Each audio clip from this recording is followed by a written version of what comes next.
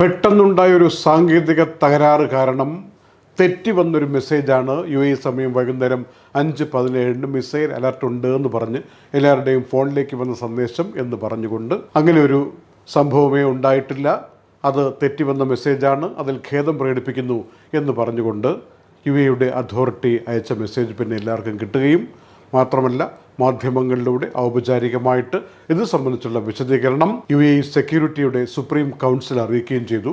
അതിൻ്റെ കോപ്പി ഞങ്ങൾക്കും അയച്ചു തന്നിരിക്കുന്നു. അത് വളരെ വ്യക്തമായി പറഞ്ഞിട്ടുണ്ട്. പെട്ടെന്നുണ്ടായ ഒരു സാങ്കേതിക തകരാർ മാത്രമാണ്, ആ മെസ്സേജ് പ്രശ്നങ്ങളൊന്നും ഇല്ല. മാത്രമല്ല നമ്മൾ അറിഞ്ഞിരിക്കേണ്ട ഒരു കാര്യം, ഇറാൻ്റെ വിദേശകാര്യമന്ത്രി അബ്ബാസ് അറക്ചി ഇന്ന് യുടെ വിദേശകാര്യമന്ത്രി ഷേഖ് അബ്ദുള്ളയെ ഫോണിൽ വിളിച്ചിട്ട് ഇപ്പോഴത്തെ സാഹചര്യങ്ങൾ, മേഖലയിലെ സംഭവവികാസങ്ങൾ, അമേരിക്കയും ഇറാനും തമ്മിൽ ഉണ്ടാക്കി വച്ചിരിക്കുന്ന കരാർ ഒപ്പിട്ടതിന് ശേഷമുള്ള സാഹചര്യങ്ങൾ ഇതൊക്കെ ചർച്ച ചെയ്തു. മാത്രമല്ല അമേരിക്കയുടെ വിദേശകാര്യ സെക്രട്ടറി മാർക്കോ റൂബിയോ അടക്കമുള്ള രാജ്യങ്ങൾ, ഗൾഫ് രാജ്യങ്ങൾ സന്ദർശിച്ച ശേഷമുള്ള സാഹചര്യത്തെക്കുറിച്ചും സംസാരിച്ച കാര്യങ്ങളെക്കുറിച്ചുമൊക്കെ വിശദമായി സംസാരിച്ചു എന്ന് ഔപചാരികമായി തന്നെ റിപ്പോർട്ട് വന്ന ദിവസം കൂടിയാണ്. പൊതുവെ സമാധാനപരമായിട്ട്, പ്രത്യേകിച്ച് ജൂൺ 17 ശേഷം സമാധാന ഭംഗത്തിൻ്റേതായ ഒരു സൂചനയുമില്ലാതെ സുരക്ഷിതമായി പഴയതുപോലെ ഫെബ്രുവരി 28 മുമ്പുള്ള അവസ്ഥ പോലെ കാര്യങ്ങൾ മുന്നോട്ട് പോകുന്ന ഈ സാഹചര്യത്തിൽ ആശങ്കയ്ക്ക് യാതൊരു അടിത്തറയുമില്ല എന്ന് ഭരണാധികാരികൾ ഊന്നിപ്പറയുന്ന സന്ദർഭമാണെന്ന് നമ്മൾ തിരിച്ചറിഞ്ഞ് കർമ്മമണ്ഡലത്തിൽ വ്യാപൃതരാകണം. യുദ്ധകാലത്ത് ഹോർമൂസ് കടലിടുക്ക് മേഖലയിൽ കുടുങ്ങിപ്പോയ നാവികരുണ്ട്. 1, 2, 10, 100 കണക്ക് നോക്കുമ്പോൾ 10,000-ലധികം നാവികർ ഇങ്ങനെ ഹോർമൂസ് കടലിടുക്കിൻ്റെ പല ഭാഗത്തായി കുടുങ്ങിക്കിടപ്പ്. അവർക്ക് അവരുടെ നാടുകളിൽ പോകാൻ പറ്റാതെ, അവരുടെ കർമ്മമണ്ഡലത്തിലേക്ക് പ്രവേശിക്കാൻ പറ്റാതെ, ജോലി ചെയ്യാൻ പറ്റാതെ, ബിസിനസ് ചെയ്യാൻ പറ്റാതെ ഒക്കെ കുടുങ്ങിപ്പോയ ആളുകളുണ്ട്. അവരെ എങ്ങനെയാണ് സുരക്ഷിതമായി അവരവരുടെ നാടുകളിൽ എത്തിക്കുക? അതിനുവേണ്ടി ഒമാൻ മുന്നോട്ട് വെച്ചൊരു നിർദ്ദേശം, ഞങ്ങളവർക്കൊരു സുരക്ഷിതമായൊരു താൽക്കാലിക പാത, ഒരു പുതിയ കോറിഡോർ ഈ ഹോർമൂസ് കടലിടുക്കിൻ്റെ ഭാഗത്തുകൂടി തന്നെ ഉറപ്പാക്കാൻ പോവുകയാണെന്ന് പറയുകയും അതിനെ അന്താരാഷ്ട്ര മാരിടൈം ഓർഗനൈസേഷനൊക്കെ വളരെ കൃത്യമായ പിന്തുണ പ്രഖ്യാപിച്ചുകൊണ്ട് വരികയും ചെയ്തതിനെ, ഒമാൻ്റെ ഈ സമീപനത്തെ GCC തല സെക്രട്ടറി ജനറൽ അടക്കമുള്ളവർ സ്വാഗതം ചെയ്യുകയും ഇങ്ങനെയൊരു നീക്കം മനുഷ്യ പുരോഗതിക്ക് ഈ സമയത്ത് ആവശ്യമാണെന്ന വിലയിരുത്തൽ എത്തുകയും ഒമാൻ്റെ നിലപാടിനെ പ്രശംസിക്കുകയും ചെയ്തു എന്ന റിപ്പോർട്ട് വരികയാണ്. യുദ്ധാനന്തരം ഇങ്ങനെയുള്ള നിരവധി കാര്യങ്ങൾ പരിഹരിക്കാനുണ്ട് എന്ന് ഓർമ്മപ്പെടുത്താൻ വേണ്ടിയാണ് ഈ സംഭവം ഇവിടെ സൂചിപ്പിച്ചത്.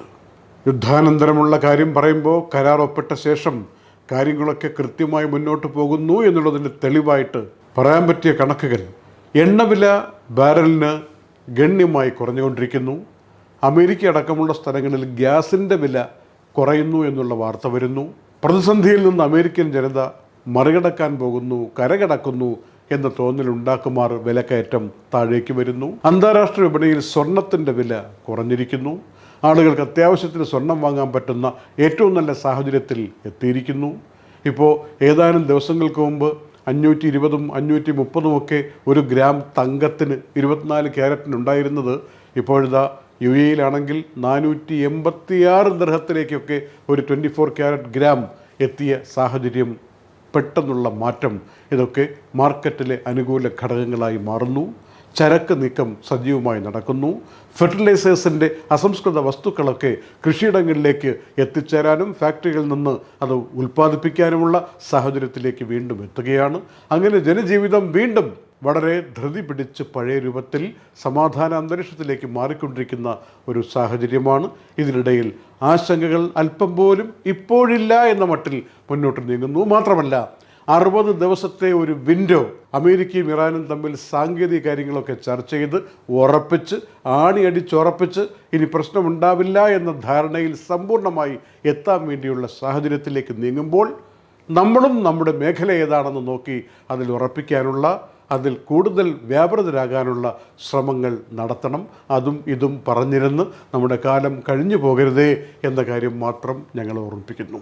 Night updates supported by ELL Properties, Kalyan Jewelers, Gentle Park, Best Quality Linen and Cotton, Lulu Supermarket, Hypermarket and Department Store, Fira Foods, Al Suud Cargo, Gold Star Rent-A-Car, Dr. Asina's Ayurvedic Clinic, Iron Gold and Diamonds, Choco World, Partha Signature Abu Shagara Sharjah, ABC Cargo and Courier, Hashim Hypermarket.